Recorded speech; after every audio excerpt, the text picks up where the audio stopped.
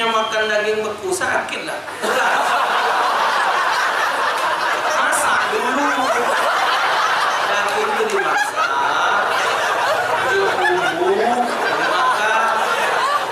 Jangan kalau beku-beku dimakan keras. Keras itu namanya nyusai diri dewe. Direndam dulu, lah lembut, njuk bumbu, njuk jeruk, njuk kecap, goreng, njuk bumbu kari, baru lemak makan.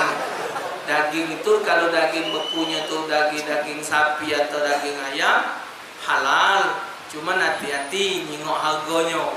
Karena tak kati harga daging itu di bawah 100.